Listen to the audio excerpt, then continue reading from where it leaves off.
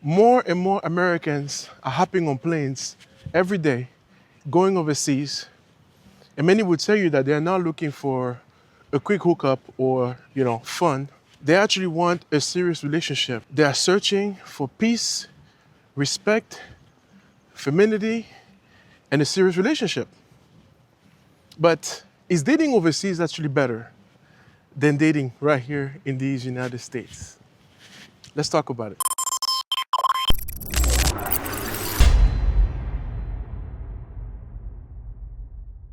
If you watch TV or keep up with YouTube, you have almost like a duo. You got popular shows like 90 Day Fiancé that will show you the different Americans, many of them that are traveling overseas. Some are men, some are women, and they are looking for a partner.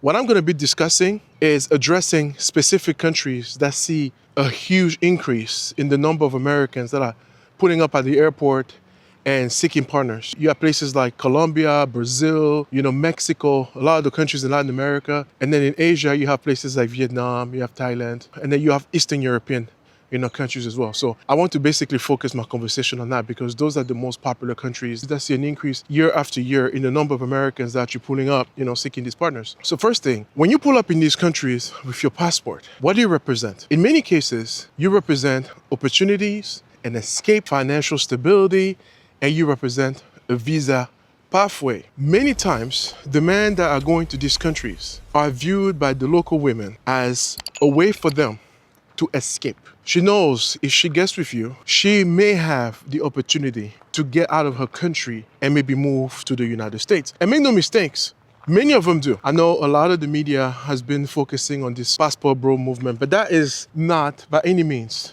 representing every man that goes overseas. Many people are really looking for relationships. So given these opportunities, they are really happy, to see the attention that they're getting because in the United States, they feel like it might be more challenging. So when you go overseas and you are able to get very attractive women attention that are willing to talk to you and, show interest in you, you're thinking, man, and that is based just purely on the strength of your passport. Before you even open your mouth, being American, it's a flex. So that is one powerful tool that a lot of Americans have when they go overseas is the strength of that passport. You can help her escape her country. If you marry her later on, she will get a visa. So what is there not to like, right? You're not necessarily chosen for who you are, but for what you have. If you weren't an American citizen, would the same women be interested in you?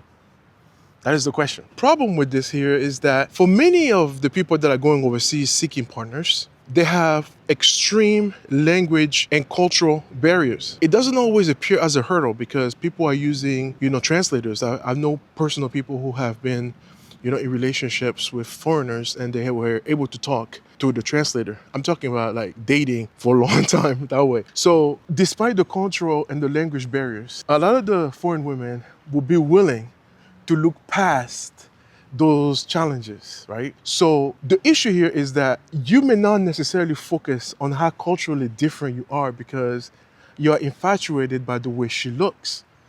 And you look past that. You're like, man, she's interested in me. I'm able to go on this date with all of these women. It doesn't matter, I'm good to go. And you disregard the very important aspect here. And it will just get bigger and bigger as you go on. Some of these women are actually very strategic and they will play the long-term game, So they're not necessarily happy with how different you are culturally, but she's willing to wait and take her time in order to make sure that she can secure what is it that she's really looking for. So this is the time where many times the guy will get all excited and say, man, women are more traditional here. I love this. But you will see that at times they're acting traditional in order to secure commitment from you. So then you start confusing politeness for attraction and curiosity for genuine interest. It happens all the time. I can't tell you guys how many times I have been out with people, and because it seems when you go overseas that, especially the countries I have mentioned, that people are much nicer. Sometimes people take it the wrong way and they think, oh, she's interested in me because she's just able to have a conversation with you, but it's not always what it is. Because in the US, generally speaking, people don't go out of their way to be extra polite, And that's generally the case in very wealthy countries. You know, people are busy, people are minding their business, people don't necessarily go out and smile at strangers. These aren't behaviors that, generally speaking, you will observe in the United States. So when you go out overseas and all of a sudden you're getting all of these dates on websites, or you go out to these parties and very gorgeous women are looking at you, trying to get your attention and talking to you, you start feeling yourself, you know what I mean? Like thinking, man, you know, these women are really into me. But are they really? Are they really different? Or is it just you don't understand the culture yet? You know, and that leads to a lot of issues, you know, like because you don't understand how the game is played in those countries, you're reading her the completely wrong way. You're bringing your American mindset in a country that operates in a completely different way. Let me give you an example. In Brazil, when you go out, like during Carnival, it's very common, you know, for people to just kiss.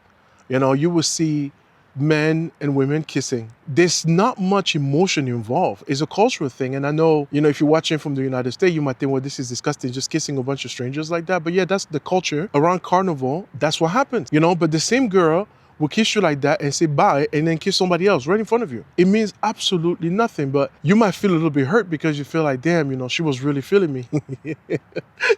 She really wasn't. You know, it's just a game. It's just the way the game is played. So in order to better adjust when you travel, it's extremely important to understand the culture of the country you're going to, and that is not something that's going to happen quickly. So now you've been able to secure a date, right? And you go on a date with this lady. One thing that will strike you, you will notice how important the financial stability of the man is at the forefront. You have to pay for everything. And it's funny because one of the concerns that I hear a lot of people have here in the United States is they say, well, I don't want to have to pay for everything, right? And then they travel, they go overseas. And guess what?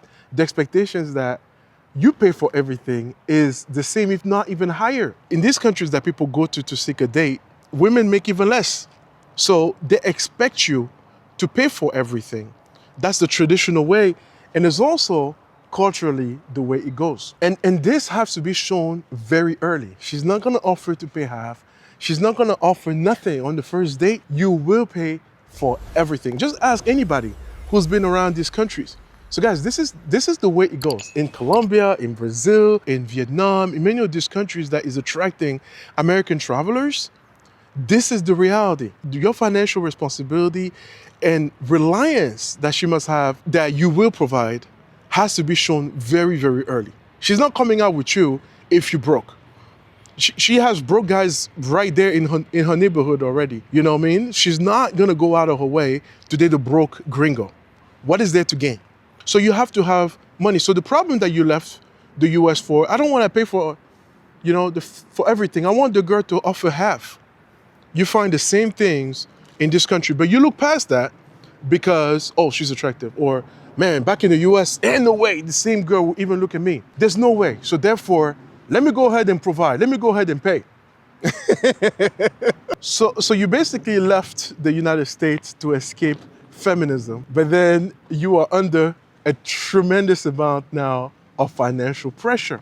In fact, it's actually much worse than what you escaped from, in the sense that you will pay not just for her, but for her entire family. You're not just dating her. See, in the US, you go on a date, you're just dating that person. In South America, in Africa, and in Asia, you are dating the entire family.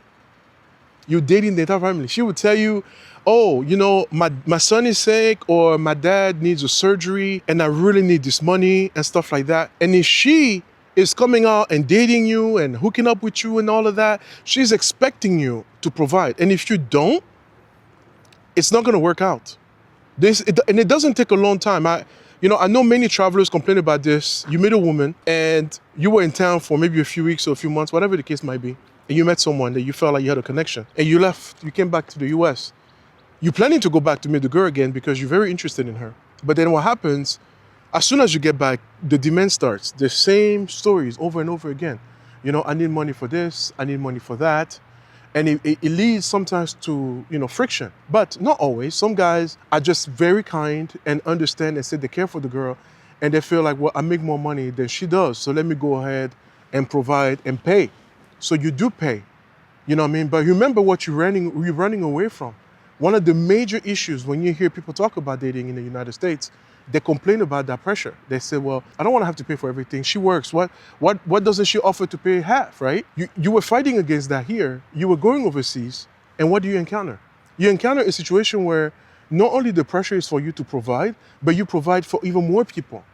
Yeah, you have the advantage that the currency might be stronger, but how long can you maintain taking care of one person and her entire family? That becomes a challenge, and sometimes a much bigger financial burden for you that can equate or even be worse than the financial burden you were escaping from in the United States. Because in the United States, you date her, and overseas, you inherit financial responsibility. It doesn't matter that it's not your kid. She's expecting you to, pay for that kid. It doesn't matter that you never even met her dad. She's expecting you to take care of her father. It doesn't matter that you never met her folks, but it's now your responsibility. So in the US, people complain about the attitude, the extreme strong independence, and then the feminism. And then you go overseas, and what do you face? When the personality traits start to show up, many times you encounter the same situation again. So it's not like the problems don't appear, they just show up much later. See, in the US, people are on guard already. You know what I mean? You know your culture. You know, when you go out on a date in the United States, many women here, and I'm not speaking for all of them, most of these statements are general statements. The women would generally expect you to show that you are a gentleman. So you're expected to pay. So many guys are on guard for this, and when you go overseas, you don't even expect her to pull out her card. You don't even expect it. You just feel like, I'm here, I'm in Brazil, let me just pay, right? And then you inherit all these problems that I mentioned. At this point, how do you feel?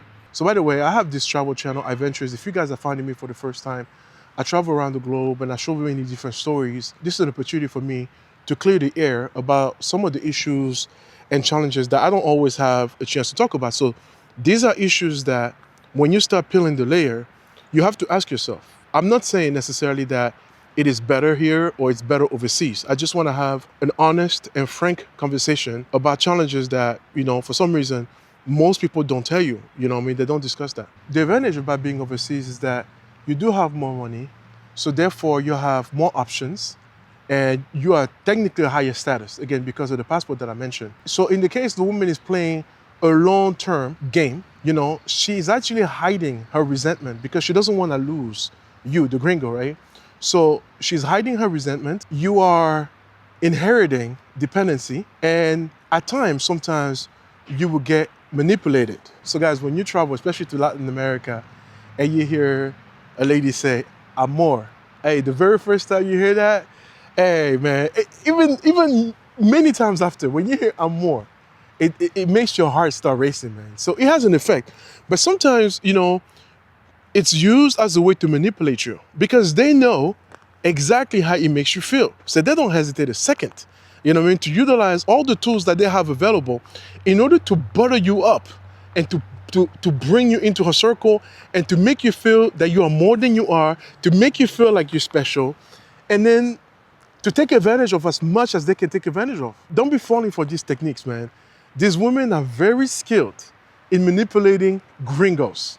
That goes especially for South America. You have a feeling that, oh man, she needs me so much. But does she really need you so much, or is it simply survival? So these cultural challenges lead to a misunderstanding, even when it comes to gender roles. In many of these societies, the man is treated a certain way culturally, but also a lot is expected from him. You will actually find that people are often making videos talking about, oh, she got up, she did the laundry, oh, she got up, she did the dishes, because they're not necessarily used to that back in their own country. So that becomes something that they report back home when they call the boys and say, man, can you believe this, man? This woman back home, hey, man, she would never do that.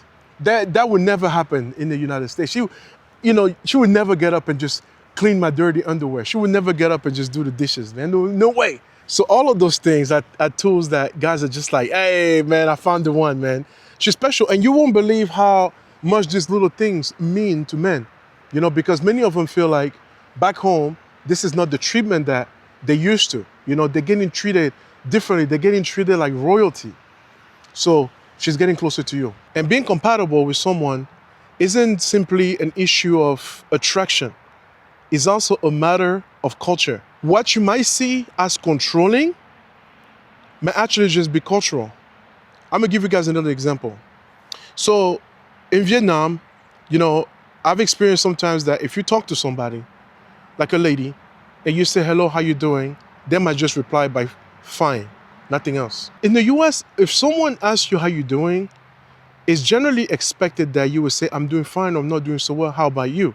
The person sends the question back at you, you know, and then the conversation starts. Well, if you don't understand the Vietnamese culture, you might feel that, well, this lady isn't interested in me. How come she's not sending me the question back? How come she doesn't show interest by asking me how I'm doing? I asked her how she's doing. But if you understand that culturally they don't always do that, I know it's a little bit hard to explain, you know, but she's not meaning to be cold. She's not meaning to not show interest. They just don't always communicate that way. So you have not only the language barrier that I mentioned earlier, you also have this cultural difference. You know, what you think is not normal for her is actually totally fine. And what you might feel like she's being manipulative is actually just a cultural difference. So that leads to, you know, misunderstanding. This cultural difference is a little bit tough to figure out, especially in the beginning. And it's even worse when you don't stay in the country for a very long time, because you may not have a chance to peel those cultural differences and really get to the bottom of the situation. And you're already back home, you know, excited and applying this K-1 visa because, oh my gosh, she's so hot, I need to marry her. So it's good to know, it takes time when you go to a country, whether it is for Colombia or anywhere you go, that you take the time to actually understand the way people operate, you know, and that cannot happen in 1 week, and that cannot happen in 1 week. And that certainly cannot happen with an online relationship. So I'm mentioning this because people don't often take the time, you know, to know the other person. They don't take the time to understand the other culture. And it's amazing how quickly people file for the visa, because I don't know if it's loneliness or what it is, you know, people are quick, you know, to apply for these visas, you know. They're quick to just jump and say, you know what, boom, let me go ahead and get engaged. You know, you see that on the show like the 90-Day Fiancés, you know, and many times there's a huge age gap between the people that are leaving, you know, their country and going overseas, you know, in order to seek a partner. The age gap is not just men seeking women. You actually see that in the cases of women going overseas seeking men. You also see this huge age gap. That is the case for this couple you see here. Angela and Michael. You know, Angela is from, I believe, South Carolina, and Michael is from Nigeria, and you see this age gap. Because many times, when people attack the men that are seeking overseas, they talk about, well, you know, he is so old, what did he expect? Men are always going overseas, you know, looking for these women. This is not a men thing. Both men and women travel overseas and many times date much younger, you know. So you have the cultural differences that I have mentioned, and then you also have the age gap, you know. You also have the age gap. That becomes problematic because, you know, you don't always understand each other. You're from a completely different generation and a completely different culture. But because back home, you don't get the attention that you want. You're not hot where you live. Yeah. most of you gotta wake up and realize. Yeah, most of us, we're not yet. We're average guys, bro. You are able to pull a much younger and attractive young lady, and you want to get that visa process going, you're gonna rush to the decision. If it was back home, back in your home, you probably would have dated the lady a little bit younger, but because she's hot and she's from even like Ukraine or Poland or whatever, Russia, now you know the process is gonna take a while, and she's so attractive, you know, you feel pressure, and you don't have time to really think straight, and you rush into this visa process, you know, because you wanna bring this lady back home and marry her. Many people go overseas to date because they would say, you know, dating in the United States is hard, and, you know, they feel like they are getting overlooked. So when you go overseas and you find out, well, you know, I have a higher status here, I have a lot more options, you know, it makes men feel good. They say Tiger's a more traditional wife energy. No, I only think they say it because they think a tiger is easy. So many times, you know, that's the reason why they will report to you that, yeah, I mean, you know, dating overseas is better, you know, but that's just the packaging, you know. Like I said, many times the envelope might look different, but when you unwrap it, You pop it open, it's the same thing inside, you know? It's just many times people are just blinded by these foreign ladies that, they say, well, back home, I know for sure I won't have a chance with her. So let me go ahead and take advantage of this opportunity that I have right now and marry this hottie. The issues that you seem to be escaping from, you will find them over there many times. It's not that different, man. It's not that different. And it just takes time, many times, to see it. But this idea that, oh, things are better over there. The grass is not always greener on the other side. That's why when you go to cities around the world and you deal with educated people worldwide will have standards, they have expectations, and they have a strong sense of independence. That is if you are dealing with educated people. Whether you are in Nairobi, whether you are in Lagos, whether you are in Ho Chi Minh, Vietnam, or whether you are in Paris, whether you are in Bogota, Colombia, or you are in Bangkok, Thailand, and you deal with educated people, you will realize that the ladies in those countries actually act the same exact way. It's just sometimes because you're able to go on a date or all the other things that I mentioned, she's attractive, she's this and that, people are able to look past those things. But you start dating her long enough and you realize very quickly it's not that different. I'll do my own laundry. I don't mind. It just doesn't make any sense to me that you did laundry by hand in the Philippines for your entire life, and now it's so easy with mechanical washer and dryer, and it's so hard. It's really not that different. So you didn't escape feminism and all these other things. All you did is delay it. It just takes longer to come out.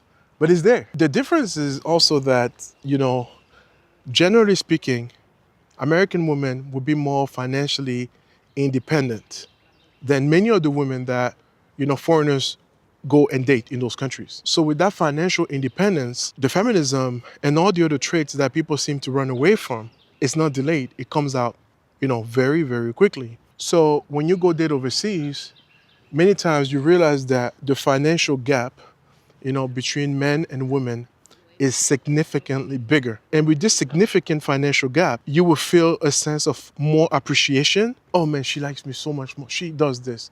Yes, she has a higher incentive to secure the bag because you have so much more than her, So that's why many times you see this behavior. It's not necessarily because she's feeling you more or all of a sudden you are so much more attractive. You are the prize in the sense that you're bringing home the bacon. She has no reason not to get up and do those things like your laundry and things that you like, things that make you feel appreciated, things that many times you feel like, oh, she's not a feminist. She's so much better than what I left back home, No, she has a higher incentive to secure you because of your finances. It's not because she likes you more. That's why I said, it takes more time to figure out the true intent. And I'm not saying that some women overseas are not very nice. We also can't say that all the women in this country aren't good. This is a huge country with a tremendous amount of diverse people who come from all over the world with different cultures and who identify themselves as Americans. So when we say, oh, American women are like this, who are we specifically talking about, right? Because dating in New York is extremely different than dating in Dallas, Texas. And it's also very different than if you date in Denver, Colorado, or San Diego, California. I'm sorry, the behaviors are not the same. I was lucky to live in the West Coast before, and moving out here in the East Coast, there's a huge difference. First of all, you feel like people are so much warmer and nicer back West. You know what I mean? It's so much easier to strike a conversation. Back West, people are just more relaxed. I think the Northeast of the United States is where you find more, people that are a little bit, the ice is tougher to break, man.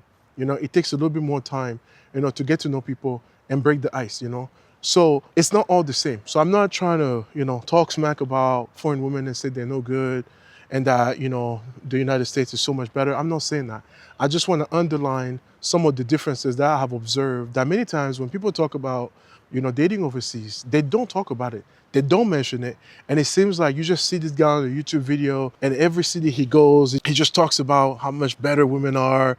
You envy him. You're sitting on your couch somewhere in New York or DC. You're like, man, I can't wait to go to Colombia so I can live like this guy.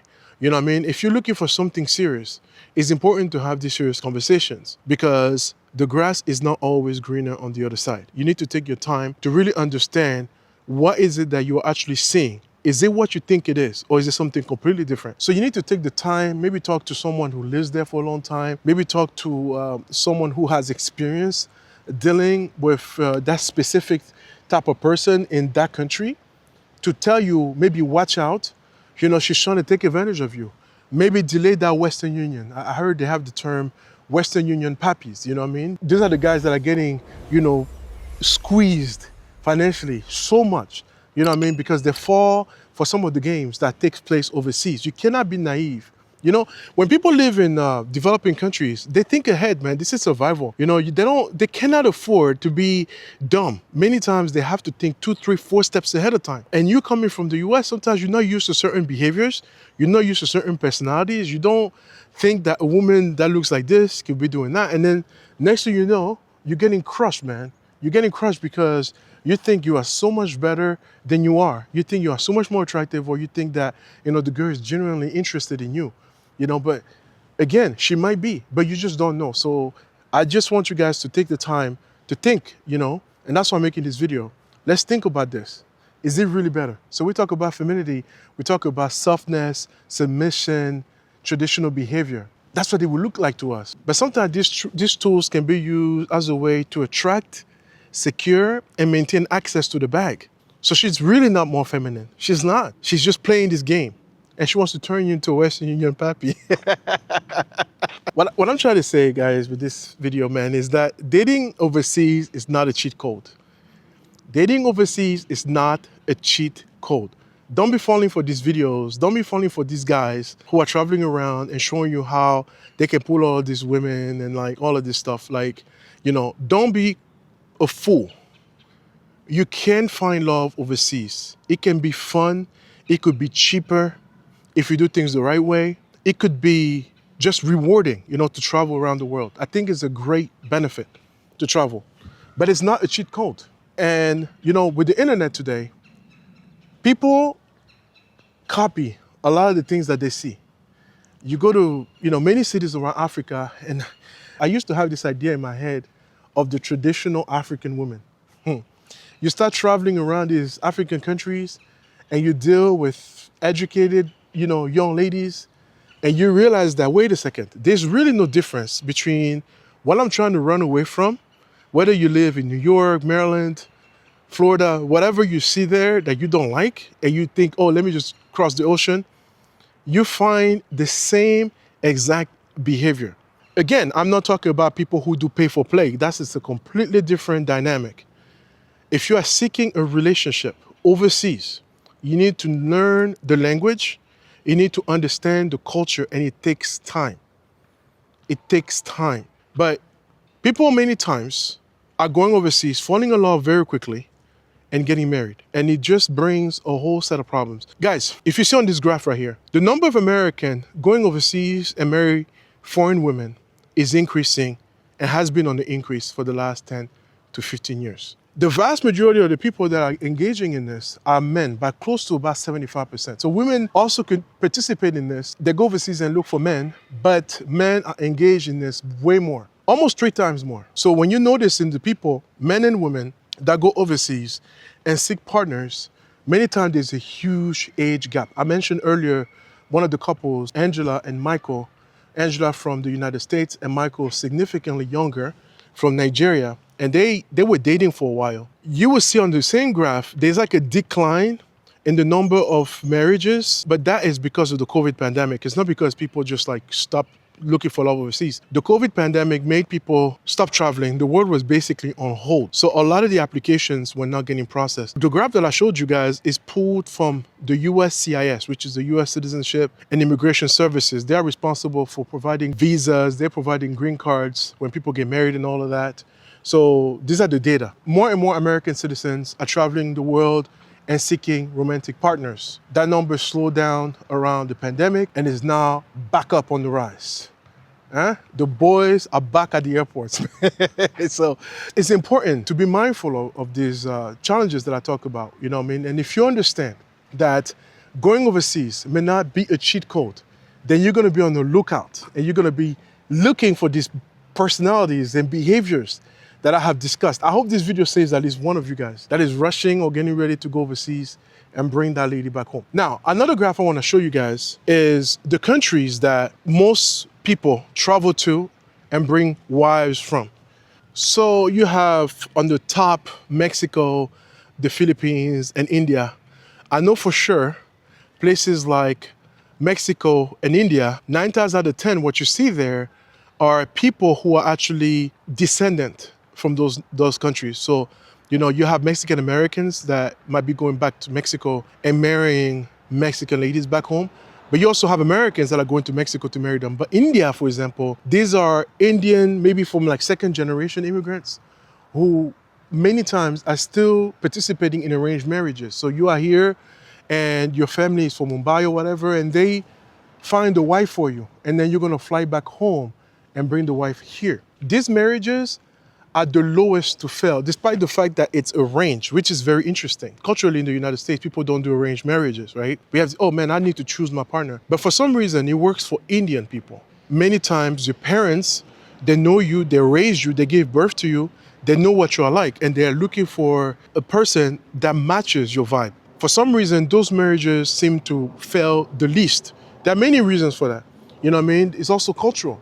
There's certain cultures where people just don't divorce. You know what I mean? Like it's very unlikely that they get divorced, even if they're unhappy. They value the family structure and the expectations are completely different. So when you see this graph, you know, that explains for India and, you know, some of those other countries. You also have military personnel who they travel overseas, they get stationed in a foreign country and you're gonna date what's around you, right? So people marry these foreign women and bring them over here. But then you also have that internet effect.